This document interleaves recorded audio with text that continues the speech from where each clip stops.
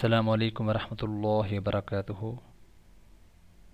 اعوذ باللہ من الشیطان الرجیم، بسم اللہ الرحمن الرحیم۔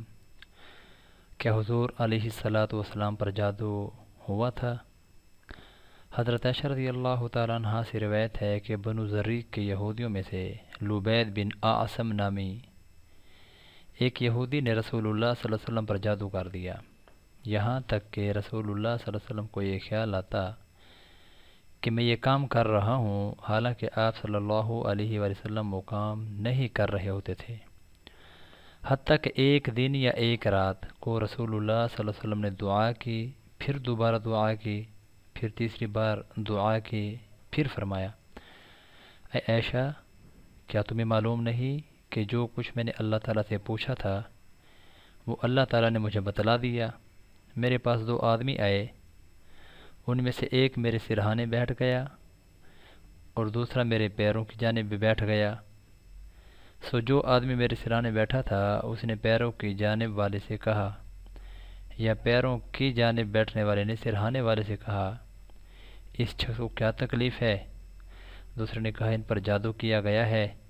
پہلے نے کہا، کس نے جادو کیا ہے؟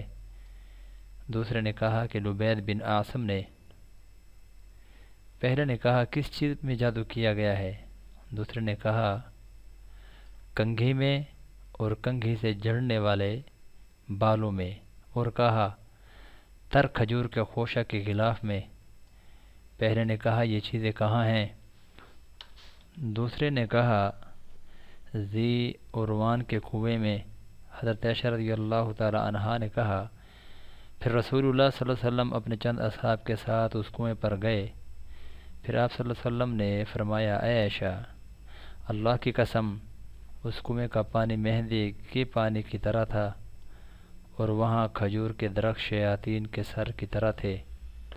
حضرت عائشہ رضی اللہ عنہا بیان کرتی ہیں، میں نے کہا، اے اللہ کے رسول صلی اللہ علیہ وسلم، آپ صلی اللہ علیہ وسلم نے ان کو جلا کیوں نہیں دیا؟ آپ صلی اللہ علیہ وسلم نے فرمایا، نہیں، اللہ تعالیٰ نے مجھے اچھا کر دیا اور میں لوگوں میں فساد بھڑکانے کو برا سمجھتا ہوں، اس لیے میں اس کو دفن کرنے کا حکم دیا۔ مسلم شریف کتاب السلام حدیث نمبر 29 مترجم۔ محترم سامعین، جادو کے لیے اللہ رب العزت نے قرآن کریم کی پارہ نمبر 30 کی بالکل آخری دو صورتیں قل اعوذ برب الفلق، قل اعوذ برب الناس نازل فرمائی ہیں، اور اسی کو حضور نبی کریم صلی اللہ علیہ وسلم تین مرتبہ بسم اللہ سمیت پڑھ کر اپنے ہاتھوں پر پھونک مار کے اپنے پورے جسم پر پھیر دیا کرتے تھے۔ محترم سامعین، یہ دو صورتیں ویسے بھی پڑھ کر رات سوتے وقت اور صبح وضو کرنے کے بعد پڑھ کر اپنے اوپر دم کر لینا چاہیے، تاکہ اللہ رب العزت ہم سب کو ہر چیز سے محفوظ فرمائے۔ اللہ ہم سب کا ناصر ہو۔